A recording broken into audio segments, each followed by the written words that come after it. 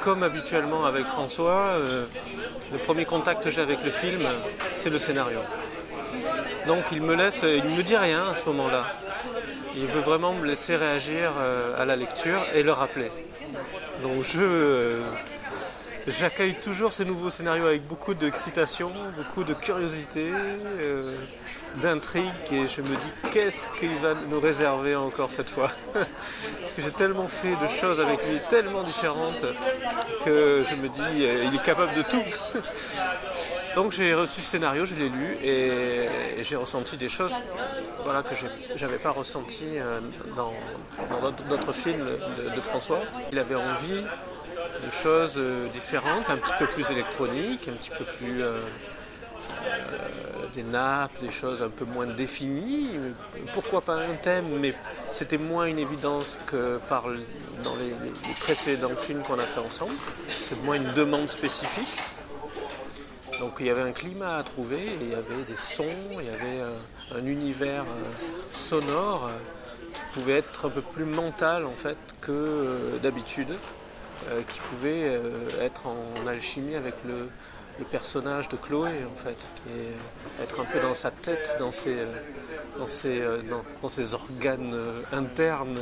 J'ai ressenti très vite que il pouvait cohabiter avec l'électronique des textures de cordes plus atonales, plus du domaine de l'effet, de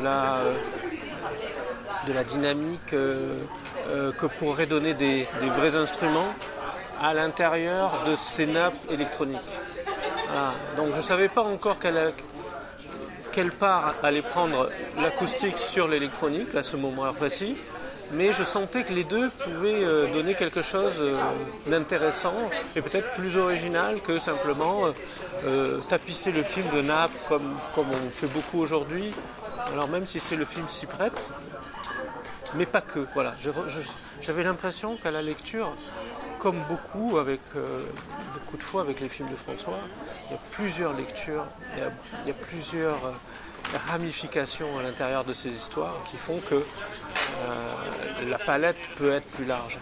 J'avais quand même glissé un ou deux thèmes, dont un qui est un petit peu encore présent mais très discret.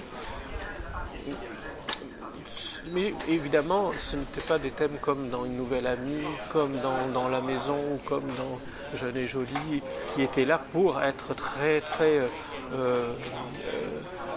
catchy, comme on dit, et être très chantable pratiquement, mélodique. Le film ne se prête pas à ça, ce film-là, non. Le film joue avec les frontières du film de genre, et le piège était, je pense, de basculer dans le film de genre totalement. Donc, d'être un peu cliché, à la fois dans la mise en scène, à la fois dans la musique. Donc, on a beaucoup travaillé pour essayer d'être toujours à la frontière de ça. Donc, effectivement, il y a des moments de panique, d'horreur, entre guillemets, enfin de frayeur, où la musique aurait pu basculer totalement dans une musique de genre, de film d'horreur. Alors, elle caresse ce genre sans l'épouser complètement.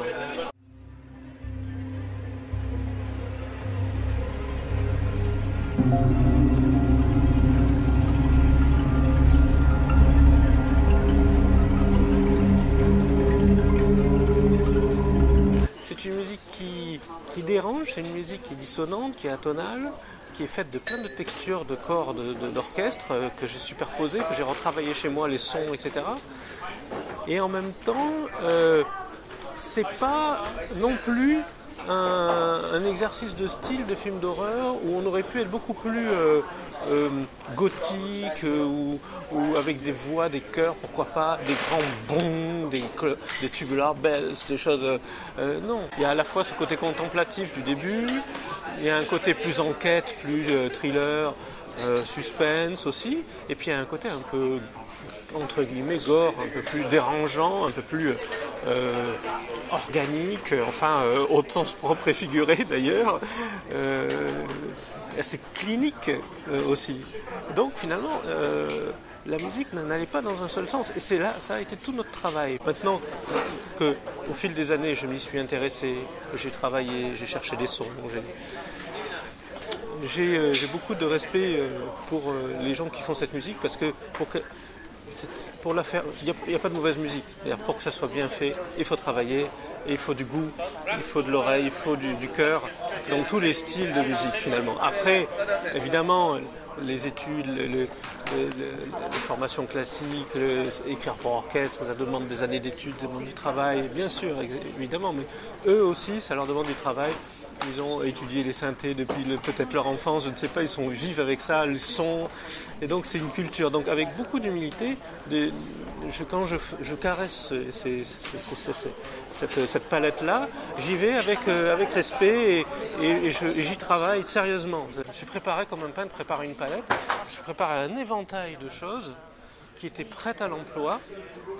Et une fois que j'ai eu les images, là j'ai commencé dans mon petit laboratoire à mettre celui-là avec celui-là, non ça ne marche pas, cette basse ça ne marche pas, il y a un morceau où il doit y avoir, je ne sais pas, peut-être 12 sons de cordes synthétiques que j'ai mélangés, que j'ai équalisés, que j'ai triturés pour donner un son un peu qui est volontairement pas un sample de vraies cordes, mais qui est vraiment un son de synthé, de fausses cordes, mais je voulais un son. Alors des fois j'ai passé des jours, François il me disait alors tu nous envoies le morceau, je dis ah non j'ai des sons là, j'ai acheté des sons nouveaux, je veux les mettre dedans, donc voilà, je me suis comme une espèce d'alchimiste, je me suis mis un petit peu dans ma bulle.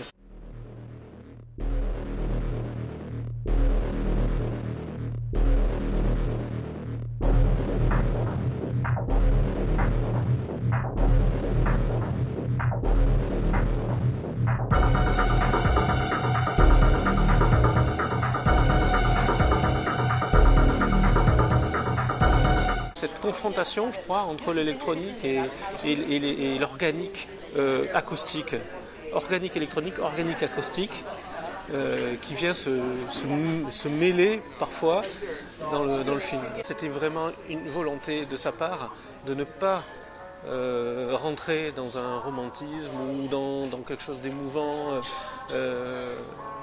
Et de garder ce mystère, est-ce que c'est vrai, est-ce que c'est pas vrai, est-ce que cette relation vraiment va nous mener à quelque chose de bien, de positif ou pas, peut-être pas, peut-être pas. Donc on a été prudent, mais on en a beaucoup parlé de ça. C'était une bonne question parce que ça a été un sujet de conversation sur le dosage. Le vrai but, c'est de trouver la recette qui marche avec le film. Et ça, c'est le défi que j'aime à chaque fois, que ce soit des comédies, que ce soit des drames ou des films, des thrillers, c'est trouver la bonne couleur. Est-ce que je vais être capable d'être, qu'on dise quand on sort du film, finalement, on n'imagine pas le film avec autre chose. Ça serait presque la meilleure récompense.